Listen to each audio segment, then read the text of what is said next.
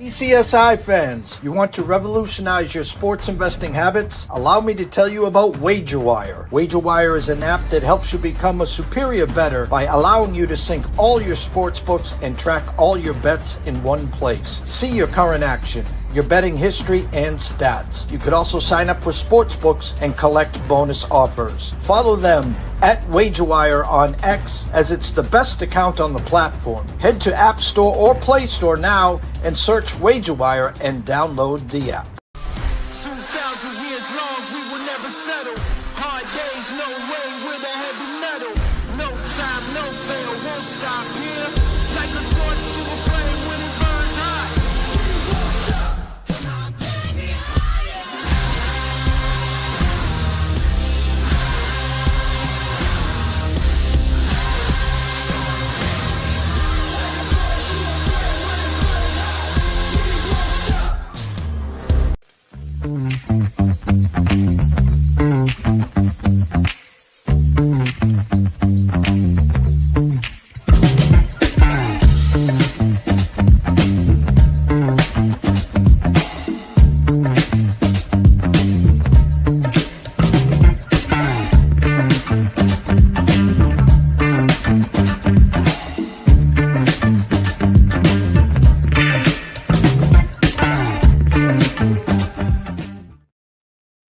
Good morning, sports fans from all around the globe. I am the host, Jeff Dawson, East Coast Sports Investors, and it is that time of the week for today, Three Men in a Box. Myself, Nick Hathco, Quentin Mills, here to talk about the NCAA. We'll give our final takes on Ohio State and Notre Dame, which took place, of course, on Monday. Do a little talk on some college hoop games today. And of course, we will do some debut talking about college baseball. Baseball, Jesus, Jeff, it's 22 degrees here on Cape Cod. And how the hell the boys back east, my UConn Huskies, going to be able to play some baseball? Well, there's a thing called domes. There's a thing called you travel west early to play these games. So they got their guide coming out today at some point. And we're going to preface and preview a couple little things there to get you ready. Opening weekend, Valentine's weekend. What better way to show the woman that you love and care for most than taking her to a college baseball game? It goes over real well. So first and foremost, a shout out to our proud sponsor and partnerships. It's WagerWire. Head on over to Google Play, download the app. It's free. Travis, Zach, myself, Amber, Holly, Jay Berry, Matt.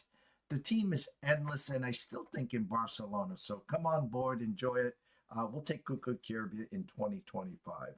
Viva Tequila Seltzer, six flavors in all, 2 new flavors, lemon, and the East Coast is cuckoo for coconut. And last but never least, Atlanta Steaks and Seafood. You know the drill. Head on over to Facebook, introduce yourself to Terry Smith. While you're there, head on over to atlantasteaksandseafood.com. Use the promo code STEAKS10. Get 10% off your whole order there. Steaks, chops, appetizers, fish, wine, you name it, he's got it. And start 2025 off right. 4 subscription codes. Set it and forget it. Check one of the boxes every 30 days. Terry will have food at your door. The only thing you'll need to do is to make sure you have propane. So without further ado, let's bring him in. Mr. Nick Hathcote and Quentin Mills. Good morning, boys. Morning, Jeff. Mr. Dawson, it's baseball season. We've waited far too long. It's here. It is here, and we've been talking about it backstage, and we're going to get to it. I am super stoked. We started, this will be your 3rd season now. With the NCAA Insiders in baseball. This is where it all began. This is the meat and potatoes, the road to Omaha, which is near and dear to my heart. On my bucket list, maybe this is the year, which we'll get into throughout the year. Nick, you joined us mid-season, diehard Notre Dame guy. Listen, I couldn't be prouder of how the season played out. Of course, the national championship would have been the cherry on top. But, to win at A&M, to lose at home to Northern Illinois, to be playing a playoff game since week 3, to go through who you went through to get there. We talked at length.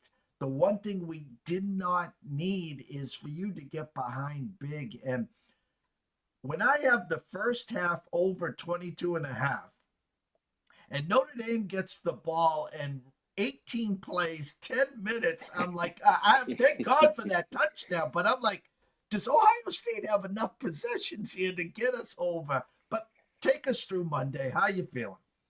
Yeah, I'm all right. I mean, I will say Al Golden, they kind of put all their chips in on the back end, and they said, we're going to take away the receivers at the beginning of the game. They played zone coverage, and they forced Ohio State to try to run on them. Unfortunately, Ohio State was able to run the ball. I think Judkins had 100. Will Howard had 57 himself. Henderson had 50. They ran for 230 yards. So it just kind of you kind of have to, with that offense and as many weapons they have, you kind of have to pick your poison. Like you have to commit to one thing. And they committed to stopping the receivers. And then the kind of cherry on top was Notre Dame gets it within one possession in the fourth quarter. And then just the one thing you cannot let happen is Jeremiah Smith over the top. Kind of inexcusable. Don't know if it's on the defensive coordinator or just bad coverage. But, yeah, I mean, it happens. I think – and I told everybody this Monday, the better team and the better roster won. I am perfectly fine with that. Notre Dame was competitive in it, considering how many injuries we had. I thought Riley Leonard played extremely well in the second half. It almost makes me wish we would have opened it up more in the first. Run game wasn't really working. Jeremiah Love, he was saying 90-95% before the game. He was not healthy. They didn't look anything like himself. But, yeah, I mean, Leonard played well in the second half. Forced a comeback. I was surprised. Great to see that fight, but like I said, they were resilient all season long. So good to see. Happy with what we have coming back. This team's going to be around again next year. We open up at Miami and Carson Beck, so that'll be a fun one. But yeah, I am very happy with how the season went. Obviously, would have liked to win, but I think the better team won. I think I saw a look-ahead line, believe it or not, a year, 9 months. I thought I saw Notre Dame -3.5. So no Cam Ward, but we know they're loaded on offense, so that ought to be interesting. I'll ask you this, Quentin, assuming you were watching the game, of course. Down 16, 4th and goal from the 18 or wherever they were. Marcus Freeman kind of rolled his eyes, put his hands up saying, all right, the perfect storm, basic math is we need a touchdown, 2-point conversion. We need a hold, and then we need a touchdown, a 2-point conversion. And then he knew deep down, unless you were going to get a PI, you probably most likely were not going to get a touchdown there. He went for the 3 and doinked it. And everyone on Twitter now, because how can you go for the field? I actually thought that was the right move. And then you watch the end of that game, Quentin, that was the right move. I agree. I didn't get to watch the entire game. I was knee deep in inaugural minute by minute changes, thanks to the Secret Service, who always make our job tough. But nonetheless, I was able to watch that. I agree. I think it's the right play. You need points. Like you spoke, you need a PI there to get the first down. Listen, it's college kickers. At the end of the day, you took the chance at scoring or a more realistic chance at scoring. You doink it. It is what it is. I mean, we look at Texas. They had the same thing with Auburn. I mean, there's so many different spots throughout the season where other teams did it. I didn't mind that. What I was happy to see, and I told Nick throughout the season, Notre Dame has to earn respect, and they have to actually make a name for themselves within the playoff, win a few games. And I felt like they did that, especially against Penn State, who I thought both teams played pretty well, except for Aller at the last drive there. But then I got a little nervous. I was thinking 2012 vibes against Alabama. It was getting pretty hairy there. And, kudos to Freeman and Leonard and those guys to step up to actually make it a game, in the second half. So, they've earned my respect. But no, I agree. I think Marcus Freeman made the right call. I'm curious to see, especially just because you mentioned that line. Obviously, Carson Beck's coming off an injury. I also think Notre Dame's going to be the better team. It's a little interesting to see the 4 offensive linemen hit the portal after such an incredible season. And then I'm just curious to see, do they go out and get another portal quarterback like they did with Riley Leonard, find that all intents and purposes game manager, or do they roll with who they have on staff? I think that's a big question that I want to see. Nick, what do you think you have moving forward for next year? Yeah, it's CJ Carr. He was number 2 quarterback in the country coming out of high school, 5-star guy. He sat behind Riley Leonard. He was probably going to be the guy this year if they didn't bring in Leonard. Like, the coaching staff thought he was ready, at least to lead this team, knowing it was going to be a run-heavy team. Like, so we'll get that. But now give him another year in the system. He's got the keys to the car moving forward. And when it comes to offensive linemen, Coogan's the only one I hated to see go just because of a depth piece. He did have to start 7 games. It was mostly because of injury. He wasn't going to start next year, at least unless he switched to like guard or something. But they have 4 of their 5 starting offensive linemen are back, and then 1 coming up. Yeah, Notre Dame produces linemen the Midwest produces corn. It's So it is. There are a lot of people are saying like, why would you leave Notre Dame? Blah blah blah. But it is. Those guys. They're very good. Like, those are extremely good offensive linemen who could have started at almost any other. Yeah, kudos to who gets them. Yeah, Tennessee's got one of them. So it's whoever gets those guys are going to be very happy because they could start pretty much anywhere in the country. They just happen to be behind one of the best offensive lines in the sport. Nick, I'm going to ask you this final question here. There were rumblings. Marcus Freeman to the NFL. Look at the culture that he's built at Notre Dame. And back in the heyday, you built the culture, you built the name, you built the program, and you stayed. I go back to college hoops, Krzyzewski, Roy Williams. The list is endless. You found Nick Saban at Alabama. That's where it was. Now because of NIL, now because of the transfer portal, it's a 24/7, 365 job. What Marcus has done, this is Notre Dame here. Your 2 cents, would he ever take a phone call and maybe listen to the NFL? He's going to be here for a while, right? See, I think everybody's different. Like, that just becomes such a personal thing, I think, with coaches. Like, some of them, like we found out with Saban, he dipped his toe in the NFL, it didn't work out, and it turns out he just preferred kind of like changing boys into men, and he liked like being sort of like a father figure, and he liked the recruiting, and he kind of liked the interchangeable pieces that he got with players every year. Lane Kiffin seems to be like that too. So it all depends. Some people want to be NFL coaches, and that's like they just think that's like the high bar. That's their aspiration. So it's hard to tell. With him, he's still very young. It's not like this is going to be, if he turns down an NFL job this year, he's not going to get another opportunity. He's only in year 3 though, as being a head coach. I think that's a tough task, to just jump, like look at Matt Rule. Kind of jumped straight to the NFL. It didn't work out, and now he got put right back on kind of like the bottom of the ladder. Is still having to like work himself back up. So it really just becomes preference. First off, need to find another defensive coordinator now that Al Golden ran off to the Bengals. But no, he loves Notre Dame, loves the culture there. I think I still point people back to, if you remember 3 years ago when he was named the head coach, and there's that video that went viral of him walking into the locker room and the team just went nuts. And when he was announced, I think that kind of says a lot. So I hope he stays at Notre Dame. Obviously, I'm biased there, but yeah, I think whether you go to the NFL or stay in college is all just kind of personal preference and what you want to do as a coach. Q, it's been a few weeks because of the inauguration. It's glad to have you back. I feel like I'm missing my Florida piece here. Your Gators are one hell of a basketball team. Reminds me of the days with Billy Donovan, the Swamp. The SEC is absolutely loaded. And I don't have Matt Grissom here to thank him. We went 4-0 2 nights ago, and the final piece was the Arkansas money line. Thank God they end up pulling that one off against Georgia. Q, it's been a few weeks. Talk about your Florida Gators and hoops. Yeah, you referenced it, Billy Donovan days. I mean, Todd Golden's got that team. He's a young coach. Billy was a young coach coming in. And then when you look at that team, specifically 06-07, you had Torian Green, Corey Brewer, and then multiple big guys. I mean, Al Horford, Joakim Noah. When you look at this roster, it's eerily similar multiple big guys that can score, just like Horford and Noah, like can out-rebound anybody in the country.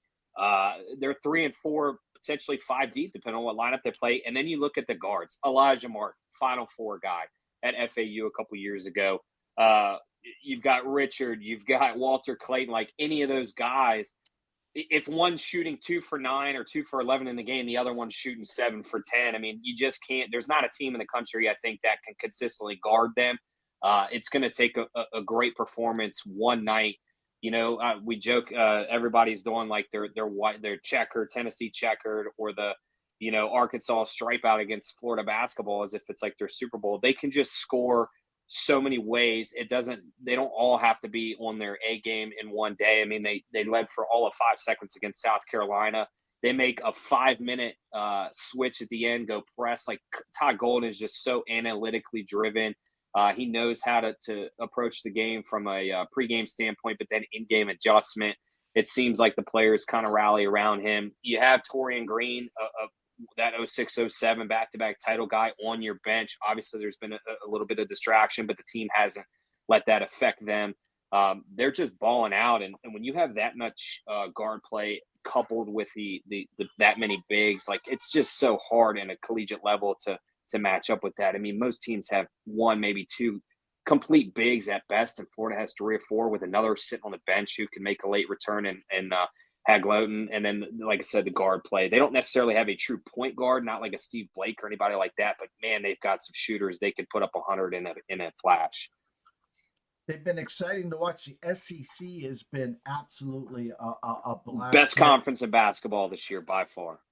I've heard rumblings that they could get 11 or 12 in, which would be absolutely amazing. But, you know, we have some weeks to progress there. Handful of minutes left with Quentin. Nick, let's talk some college baseball. Now, you know my love affair for the UConn Huskies, and I say it tongue-in-cheek because when the rubber hits the road and we're talking regionals, super regionals, I know deep down they never have the pitching depth to usually get to Omaha. I don't see them in most people's top 25. Nick, I'm going to start with you because your guide is coming out at some point today. Next week will be full court press, no pun intended there, on the guide here. It's baseball season. Give us what your eyes have seen. You've done a lot of work backstage at home in the mad scientist room. What have your eyes seen? Yes, I'll give you one team I'm lower than most on and one team I'm higher than most on. Lower is going to be Florida State. They went to the College World Series last year, made it to the Final Four, but man, they lost everything, especially offensively. James Tibbs III, Cam Smith, those guys, Jaime Ferrer, meant a ton to that offense. And now they bring back Jamie Arnold, who, in my opinion, is no doubt the best arm in the country. So Fridays won't be an issue for them, except they're going to could have some low-scoring 3-2 games that could cause some issues. But then behind that, Cam Leiter, who is an ace that everybody knew of last year. Still not cleared. Shoulder surgery in the offseason. From what I'm hearing, he hasn't even thrown a baseball yet. They want him to come back midway through the season. I think he kind of looks forward to his pro prospects. He's going to be a first rounder. So I would be shocked if he actually pitches at all. It's kind of a hot take. So I'm lower on them, especially with Joey Bellini is one of the pitchers that came in from USF, and he's supposed to be their Saturday guy. And at USF, he had an ERA of almost 4.5 in only 26 innings. Doesn't bode well coming into the ACC, who is absolutely loaded with offensive juggernauts this year. The ACC is going to have some offensive teams that can rake. So I'm a little bit lower than them. I don't see them as a top 10 team. I think they're still a tournament team. Like there's still talent on this team. Link Jarrett is such a great coach that he'll figure out a way to get to the regionals in the tournament. Just don't see another College World Series run. And then another team I'm higher on is actually going to be Clemson. That's another team that lost a lot. Possibly have one of the most exciting players in the sport in Cam Cannarella. Plays with a huge chip on his shoulder. If you've seen the guy, like I don't know, I'm trying to think of who it would remind me of. Kind of like Dustin Pedroia-ish, but in the outfield, where he's always going to play hard. His uniform is always dirty. He's sliding hard into bases. But he hits for power, hits for average. He'll steal probably 30 bases this year. And then they kind of brought back a lot on the mound. Aiden Kanak's going to be their ace this year, who was a freshman All-American. He will be their Friday guy. Over 100 innings last year. I think he's preseason first team All-American or second team All-American coming into this year. He has the potential to be like that breakout where if you didn't know about him last year, everybody's going to know about him this year. So I think with what they have coming in an offense, especially like Purdue transfer and like I'm losing his name right now, but yeah, they're going to Gaffney. Gaffney. Yeah, Luke Gaffney, who was they also brought in Dylan Priest from Michigan. Yeah, big hitter. Two freshman Big Ten players, like all SEC or all ACC Big Ten players. I think both with power. They'll both hit. Gaffney will probably hit 20 plus. Priest will hit probably 13, 14. So the offense is going to be stacked. They'll have to piece together the bullpen because they lost a lot. But yeah, I think Clemson, I'm a lot higher on than most, and I could see them after two heartbreaking losses the last two seasons in regionals of Tennessee 2 years ago, and then Florida last year in that 14-inning game. I think they get over the hump this year and get to the College World Series. Q, you got a couple minutes before you have to leave. What are your eyes seeing? Yeah, I'm going to side with Nick there on Florida State. I don't know why they're getting that much credit. I think people don't realize the impact of the players they lost last year. You can't. They keep saying their defensive athleticism is elite. Well, that's fine, but you got to be able to score runs. Their defense will be very good, but yes. It's good, but that doesn't. I mean, pitching wins championships. Defense just keeps you in ball games in college baseball these days. If you don't have the power bat, you're screwed. Not to pick on Nick, I think one of the teams that I think will be there. I just don't think they can win the College World Series is Tennessee. I know they get A.J. Russell potentially back about midway through the season, but again, that's another prospect. Like, you obviously don't want to go guns blazing right out of the gate. So what does that start give you? And then when you look at the guys that are starting there, Liam Doyle, like, ton of upside, just hasn't proved it at Coastal and Ole Miss. That scares me a little bit. Nate Snead, to me, is a really effective arm. I mean, he was a crucial piece to that national championship last year, but now he's sliding from a reliever role. You know, how can he last throughout the season as a starter? Offensively, they're going to be fine. I just think they're going to end up being in more shootouts this year, maybe where last year they had the dominant pitching to keep them away from that. So that scares me. I think they get to the College World Series. I just don't think they can win it. So I don't want to say they're a down team, but I think that's a fair assessment. I think next year they're going to be the national champions. They're going to be stacked. The team I am extremely down on this year is LSU, and I'll tell you why. There's three guys that Jay Johnson won with: Trey Morgan, Dylan Cruz, and Paul Skeens. Last year, everybody was like, "Oh, it's Paxton Kling. Oh, it's this guy, the next guy. They're going to be back." They struggled last year, and they still had Stephen Milam. They still had Tommy Tanks. That was a tough season for them. Now, this year, they're getting the same hype. Yes, they have Chase Shores. He didn't pitch at all last year for the most part. What does he bring? Cade Anderson. Yeah, he came on late as a bullpen guy, but the same thing I say about Nate Snead, like, that's a big jump to go from a bullpen guy to expected to throw 6-7 innings every Friday night in that LSU expected role. Then you look at, they've got a couple transfers on the offensive side. Like, I think they'll be good offensively, but pitching, I just don't know if they have the arms that can make it all season long. And until Jay Johnson proves to me that he can win without Skeens, without Morgan, your leaders, without, Dylan Cruz, I don't understand how you can get a number 2 ranking, in my opinion, preseason. A team that I'm very high on is UVA. Brian O'Connor has been on the record. This is probably one of the best teams he's had in multiple years. People forget, in 2015, he won with the team that halfway through the season wasn't even going to make the tournament. They catch on a tear, and now you give him an offensive juggernaut, which potentially is the best 1 through 9 lineup in the country. I think the lowest batting average they had last year in their lineup was like 280. That's absurd. They hit for power with Didawick, Henry Ford, Jacob Frentz. Like, they're so stacked. And then you look at the mound, they bring back, A7 Blanco, Jay Woolfolk, incredible performance coming from the pen to a starter last year for them late in the season. And then you have the two-way star, everybody's hyping up Chris Arroyo. Like, I think they're a bona fide College World Series serious contender. And then a team right behind them that I would factor in the same consideration is North Carolina, if their pitching staff can stay healthy. If their pitching staff stays healthy all season long, they'll have the number 1 staff in the country with Jason DeCaro, a 17-year-old stud who just took them to Omaha last year, put everything on his belt. And then you have Aiden Hall coming off injury, was another star piece heading into last year, and Folger Boaz, who for the first 9 weeks looked like an All-American pitching on Friday nights. I mean, to me, they have 3 number one guys, and that's very hard to come by this time in baseball. Well, again, I can't wait. The guide comes out hopefully today. We'll go dive in tonight. Full court press next week, and we'll have 2 weeks before Valentine's weekend and the start. It's baseball, and more baseball. Q, tell us where they can find all your work.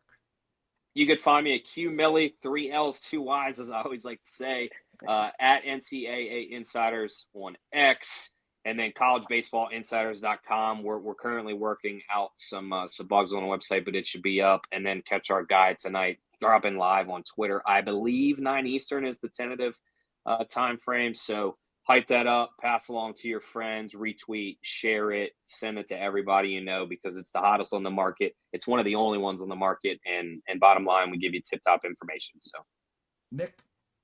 Yeah, in Halfcoat 413 on X's best place. As Q said, we've worked hard on this guide. Great information. You can find basically the best 3 position players on the team, who we think the weekend starters are going to be, and then some info about like our outlook on the season. So it's very good info. Like you said, there's very few places giving it out, especially for free. There are places giving it out that are behind a paywall. So ours is completely free. So yeah, go get it. And yeah, looking forward to college baseball season. Gentlemen, stay warm. Have a great weekend, and we'll catch up with you on Friday. Behave yourselves. Thanks, Jeff. Adam Trigger after the commercial break. Stay tuned. Jared, hey, we're going to need you to tone it down with the Summer Friday thing, okay? What are you talking about? Well, for one, it's not summer anymore. Oh, really? Coconut. Also, who is this? I'm the caddy. Oh, he's my intern? Sorry, intern. I'm his intern. Yeah, he's doing a great job. No golfing in the office, okay? Summer Fridays are over. You can keep the Hawaiian shirt, but the rest of this stuff, all right? Are you grilling? Oh, yeah. Did you want a burger or a hot dog? No, grilling in the office. That's a good point. We should take this outside. No, that don't. You put that right back down. Yo, it's all in the hips.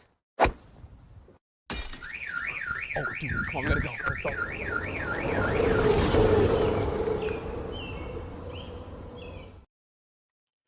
Well, another week of hoops, another tough battle at the XL Center. Guys, you do yourself some favor, UConn. You're this proud blue blood that talks about national championships, going for a three-peat, and yet, you guys, I know it's for the city of Hartford. I destroyed that XL Center. I got an email earlier this week basically giving me tickets to the UConn versus DePaul. I can't give those games away. I won't drive the 3 hours and 15 minutes. I used to do that to the XL Center. You won't catch me at the XL Center. So without further ado, let's bring him in. Mr. Adam Trigger. What's up, Jeff? Yeah, I hated the XL Center. I've been to, I think we're going on like 60 different venues now, all across the country, different college basketball venues. The XL Center is one of the worst ones I've been to. I don't know if they ever, I went a couple years ago. I know they talked about putting a sports book in there. I'm not sure if they ever did that, but it is the same concrete old like concourse since the Whalers played there. You get no cell service. It's just it's miserable. Listen, you get okay cell service at stores, but when it comes to the worst cell service, I'll say Providence and the XL Center. I mean, as soon as you park in the garage, you might as well just leave your cell phone there because you just leave it in the car. You leave it in the car. I had to go. I was at UConn Marquette at the XL Center a couple years ago. Huge top 25 match of it. It was the year of UConn's first national championship, so 2 years ago. Trying to of course, like the big schools don't want to give out credentials to someone like me, so I'm just there kind of on my own accord and trying to get content out. I had to walk. I had to leave my seat, I had a good seat pretty close to the court. Had to go all the way up, out of the entrance, Like I had to ask the usher to let me out where they like sell some stuff, and I think it's like the old mall area there, just to like maybe get something up to Twitter to then go back to my seat. It was horrible. I think I got 2 things out. I was like, you know what, I'm just going to enjoy the rest of the game. So it is brutal for sure. Another week. Listen, life without McNeely for them. I left the Butler team total on the desk. They get there. They go to overtime. They find a way to win. You know, without McNeely, it has allowed some other players, Ball and a few others, to get some extra run to try to create this equation, which Dan, again, is being Dan, that little clip that went viral. Don't turn your back on me. I'm the best coach in the country. And that's Dan being Dan. I get that. This team, I'm getting that 2 years ago vibe where they weren't even ready.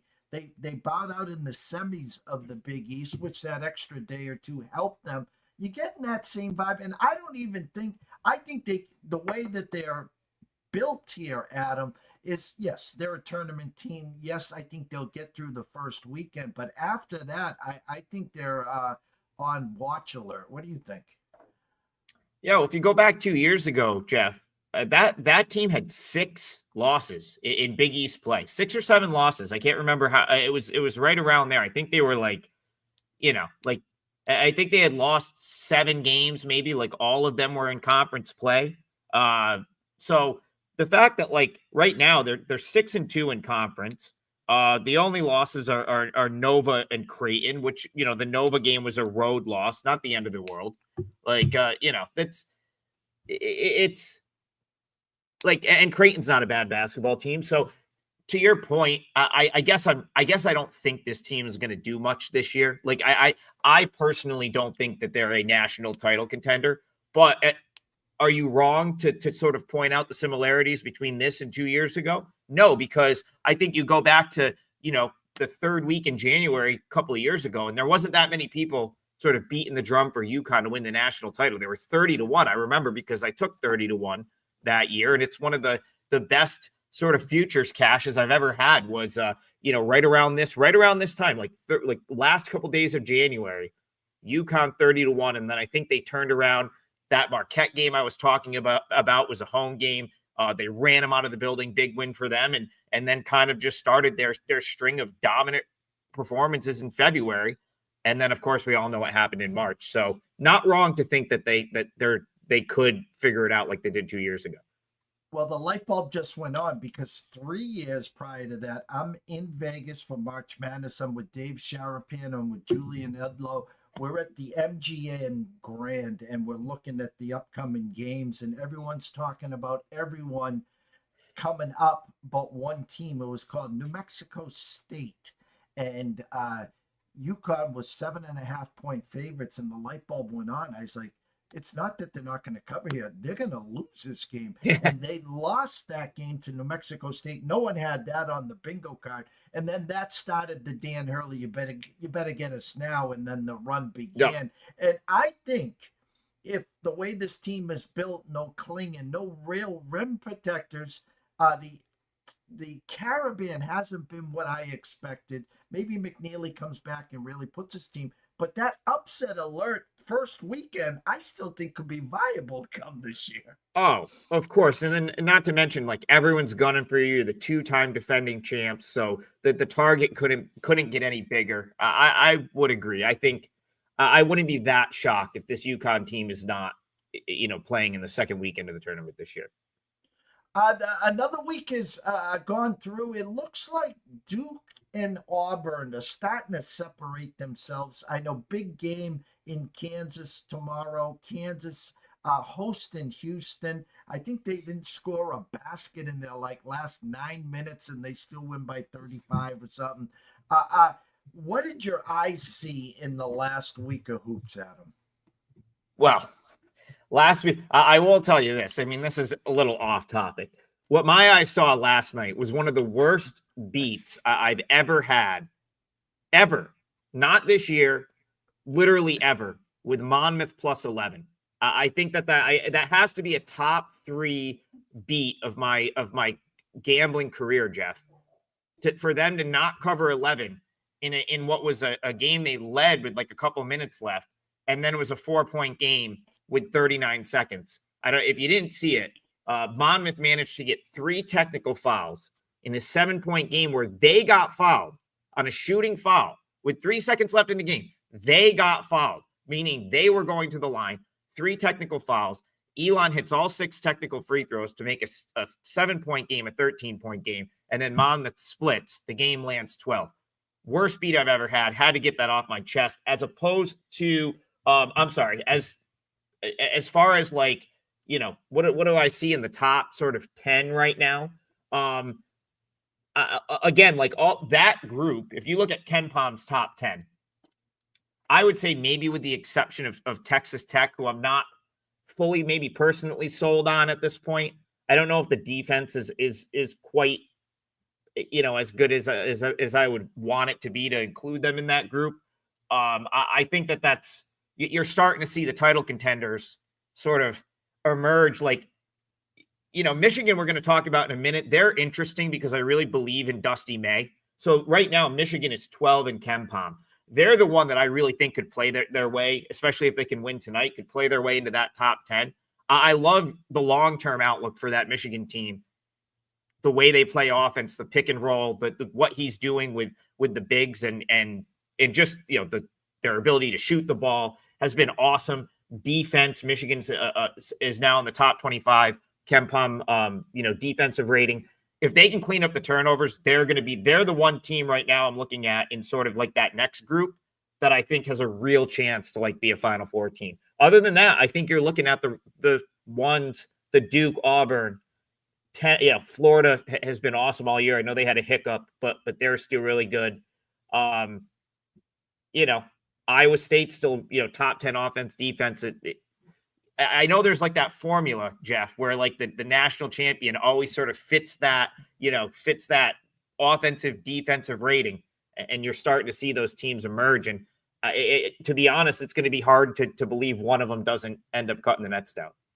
Yeah, and the Duke side is, they're going to have the player of the year with Cooper Flagg. That's always a story come March Madness. We know about the 4 factors there. I think as the tournament progresses, you're going to start to say upstairs, well, are they battle tested? Because the ACC is so down, and you talk about the length of the SEC. You talked about the Floridas, Tennessee. The list is endless in the SEC.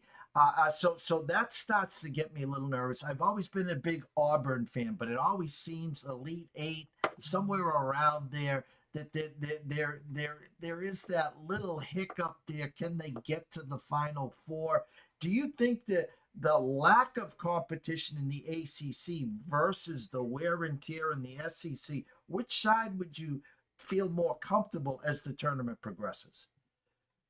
I think we've seen in past tournaments that like your conference being bad doesn't necessarily mean like you're like, for example, like a Duke, like just because they're in a down ACC does not mean they can't win a national title. Just because the ACC is down doesn't mean that they can't have a couple of teams that have success in the tournament. I'll point to, I think it was the 2021-22 year when the Pac-12 was notoriously down. One of the worst years that the Pac-12 had. And that was the year that Oregon State ended up in the Elite 8 and USC. I think USC and Oregon State were both in the Elite 8. And it was like, there was still like, 4 or 5 Pac-12 teams remaining in the Sweet 16. So I tend to not put a lot of stock into that come tournament time. I'll be honest with the SEC, like it's been tremendous to watch this league play night in and night out, but you take like an Ole Miss and put them in a tournament setting. I don't know if I'm necessarily backing them to like beat good teams from other conferences. So I think that it's a narrative that can get a little overblown one way or the other.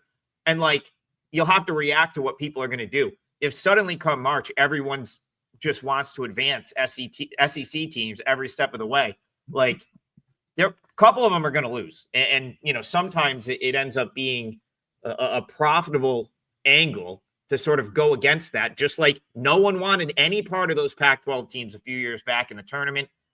It's a different ball game. Teams get hot at the right time, and you just never know. So I try not to like really buy into that. Last question before we get to your two games that you're going to break down tonight. Two great games too, as well. UCLA finally makes a stance. They win two big games. They destroy Iowa last week, and then a hard-fought victory against Wisconsin. Is Mickey Cronin and the Bruins back? I think they're a little inflated tonight at Washington, opened at 5, now 5.5. Are you buyers or sellers on the UCLA Bruins? I guess I'm really neither because, but I'll explain why. Like, I'm not going to buy them off of a couple of wins that, like, the Wisconsin result is nice, but they're favored in that game. They should win. The Iowa result is nice, but Iowa never travels particularly well. So, and then Iowa turned around and had a pretty ugly loss to Minnesota, which is their third straight loss. And I don't think anyone that kind of follows Iowa basketball, I've been following them closely for years because of Fran McCaffrey. I've been a fan of his since he was Siena's head coach. Like, I don't think this is like one of Iowa's better teams by any stretch of the imagination that he's had. So I still think the jury's out. I think maybe you find out tonight, like UCLA could easily lose this game tonight. And then I think we're back to square one. But if they do string some results together, and what I'll be looking for with UCLA is like continued creativity on offense, actually running offense, because the defense is pretty good. When the defense shows up and they play tough, like we've seen them beat teams like Gonzaga, like Oregon, Arizona with really strong defensive efforts. There was a lull when kind of Cronin called the team out, the Michigan game being one of them, where they just absolutely got torched. I think Michigan shot like 65% in the paint in that game, like close to 60% for the game. But so I guess it could go either way. As far as tonight's concerned, I don't know. I didn't that game is, I kind of agree with you. I think it might be a little inflated. I'm not sure I'm ready to trust Washington. And if UCLA is on the incline, this is probably a game they win. So it'll be interesting to see. I think you'll have a better idea after tonight's game. Well, we're going to break down two games tonight. Let's start in the Big East, Villanova and Marquette. Yeah, interesting game here. So you've got a couple of things. Like, I think you can look at this from like a number of different ways. And it's kind of why I'm like, not going to talk about the side and I'm going to more look at the total. So, but the biggest thing, like Villanova can't possibly stay number 4 in 3-point shooting nationally, Jeff. I don't think that this team has that type of offensive firepower. I think they've been hot to this point. I think the offense is good, but I mean, there's still that stretch at the beginning of the year that I just can't get out of my head. The loss to, I think, Columbia. I know they were missing some guys, but for a solid month, they just looked so bad that I look at them 4th nationally in 3-point shooting, hitting over 40% as a team. And I say, okay, that probably can't continue.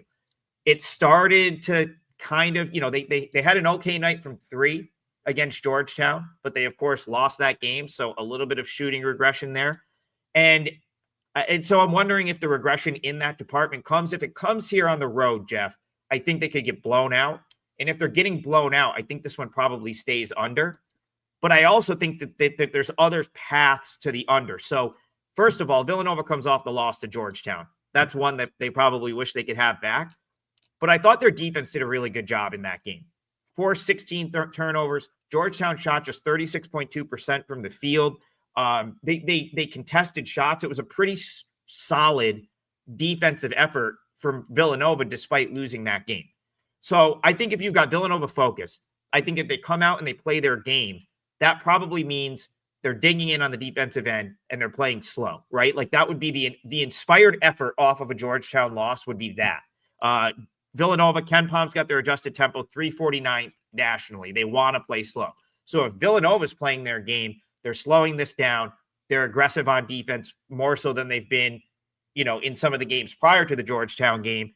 And that can hurt Marquette because as good as Marquette is, Marquette's one of those teams looking at right now. They qualify, right? Top 25 offensive efficiency, defensive efficiency team on Ken Palm.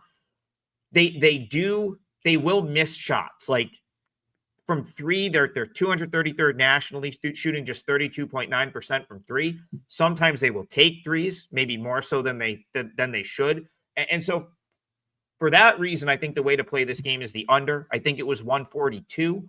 That number seemed a little bit high to me. I think a couple things are going to happen. If you don't get the effort that I just described there from Villanova, it's going to be a Marquette romp, and they're going to be up 30.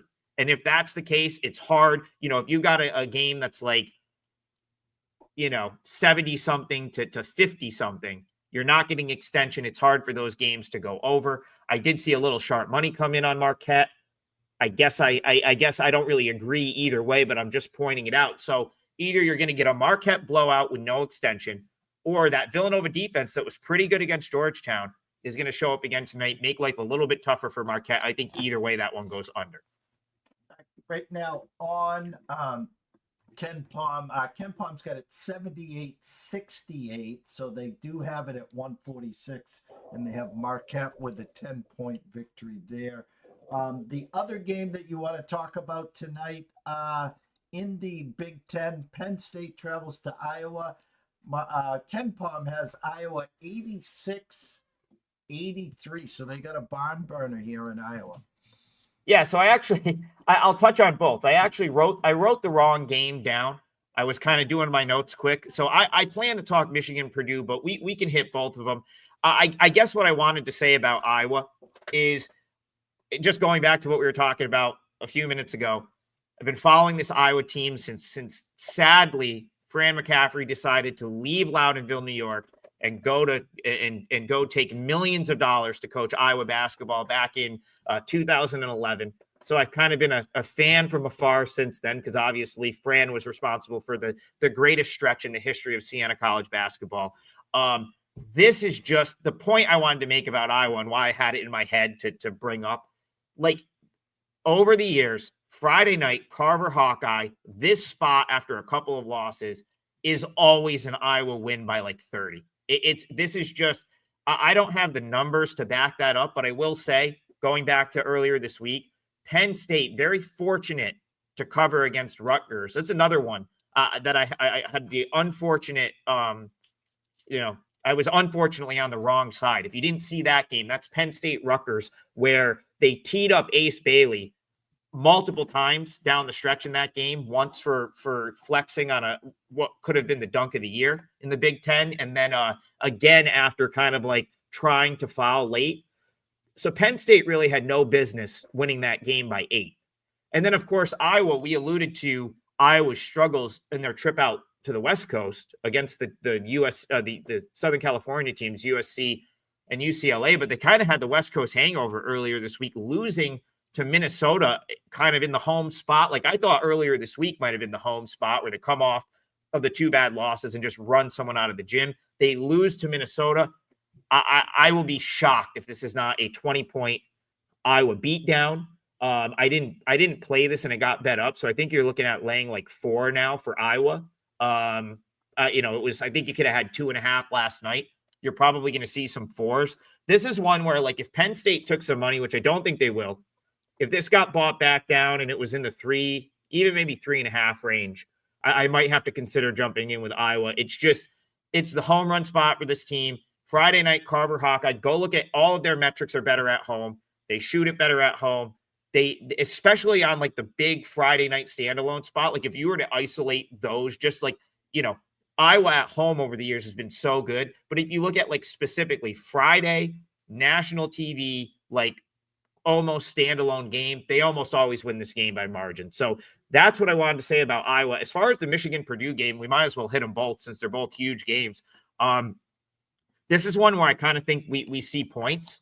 Again, I don't bet a ton of totals, but I've been doing this little segment for Wager Talk where I do a total of the day, and they've done well. Like, I've actually surprised myself with, maybe I've got to get back into betting totals and I won't take beats like Monmouth the other night, Jeff, because the totals have been coming out on the right side for me on this segment. And so I'm going to use this one for total of the day. I guess the reason I think you see an over here goes back to what we were talking about earlier.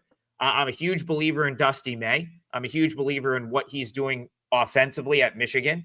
I love the ability, the way they're able to pick and roll, get open threes, knock down shots. I really think Michigan Comes into play 14th in offensive rating in KenPom, which I think only improves. I think that's going to continue to improve as the year goes on. Where Michigan has trouble is turning the ball over. And I kind of think from a pace standpoint, Purdue is going to be inclined to play fast with Michigan tonight because of what happened to them earlier in the week. So you go back to Purdue, Ohio State earlier in the week. You had Purdue with a huge lead at halftime, come out and just sit on their lead. And it didn't work out. They get upset by the Buckeyes, trying, in a game where I think, Jeff, what were they? I think they had like a 17 or maybe not that big. It was a substantial lead at halftime that they blew in the second half, and they blew it by kind of sitting around, not sort of putting the pedal to the metal, not taking the 3-point shot. They were 3 for 9 from 3-point range in that game with Ohio State, which cannot happen if you're Purdue. Purdue is a team that I think needs to be shooting threes and shooting them in quantity. So I think tonight the adjustment is going to be to get out and transition a little bit more, try to get the transition three, and not let, Michigan kind of just like, not try to have to run a ton of half-court offense. The other reason that you want to play fast with Michigan is the turnover problem that I mentioned. They will turn it over a ton. So I think it makes more sense for Purdue to play Michigan's game, not Michigan to play Purdue's game. And if that's the case, Michigan, they want to go faster. You're probably getting more possessions, and I think it leads to an over with two teams that are both fantastic offensively. Both two, KenPom's got both these teams in the top 15 in their offensive rating. And so I think if you get Michigan's tempo and not Purdue's tempo, this one probably flies over that 150. Scroller's been going the whole time, Adam. They obviously know to go to Twitter or X at AdamTriggerWT.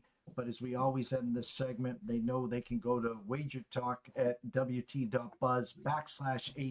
What do you have to offer for tonight and, of course, this weekend? Yeah, so things were kind of going nicely for me the last pretty much since that Bills win on Sunday. I had like 4 or 5 days were winning days, hit a nice big play on Monday. Really should have been 2-0 last night. I still can't believe what I witnessed at the end of Monmouth Elon. Monmouth plus 11 should have been the easiest winner of the year, and somehow it didn't win. But I'm still coming out. I had a spot circled for about 8 days now in a game that goes tonight. It's not a game that we talked about, and I think I've got a good angle there. So that is up at Wager Talk. And if you follow me on Twitter at AdamTriggerWT, I'll have my little free pick show up in a little bit. We'll throw a couple angles on there. And typically, if I play anything else, I will divulge that information on that show. So check that out. Adam, we can't thank you enough. I'm going to circle back sometime this weekend. I think we're going to be moving you up to Thursdays and then potentially. That's perfect. Mid-major Thursday, Jeff. They killed Fridays. I don't know if I have 30 seconds to complain about that. Where's all our Friday games? I see like next week the MAC. Like I don't know if they're alternating weeks, but where's the Ivy? Where's the MAC? Why am I looking at Friday and seeing no Ivy and no MAC? They're killing all these schools want to play games on Saturday, and they want to do like the Thursday, Saturday travel, and it's killing the TV market, Jeff. Like we need our Friday. I need my Friday Ivy League games back, stat. So Thursdays is probably better because we have a whole slew of teams that are now playing Thursday, Saturday, and we can really get into the mid-major conferences on that day. So let's announce it. Next Thursday, 11 a.m. Eastern, 11:05 to be exact. Adam Trigger will be back here with a full slate of college hoops. He'll talk about Thursday's action, and even if he sees something on Friday of the weekend, we'll get it. Adam, have a great weekend. Best of luck, and we will see you soon. Take care, guys. Thanks, Jeff. Adam Trigger, go follow him at AdamTriggerWT. Go check out his work at Wager Talk. We'll go to a quick commercial break, and when we come back, we'll wrap it up. Stay tuned. ECSI fans, you want to revolutionize your sports investing habits? Allow me to tell you about WagerWire. WagerWire is an app that helps you become a superior bettor by allowing you to sync all your sports books and track all your bets in one place. See your current action, your betting history and stats. You could also sign up for sports books and collect bonus offers. Follow them at WagerWire on X, as it's the best account on the platform. Head to App Store or Play Store now and search WagerWire and download the app.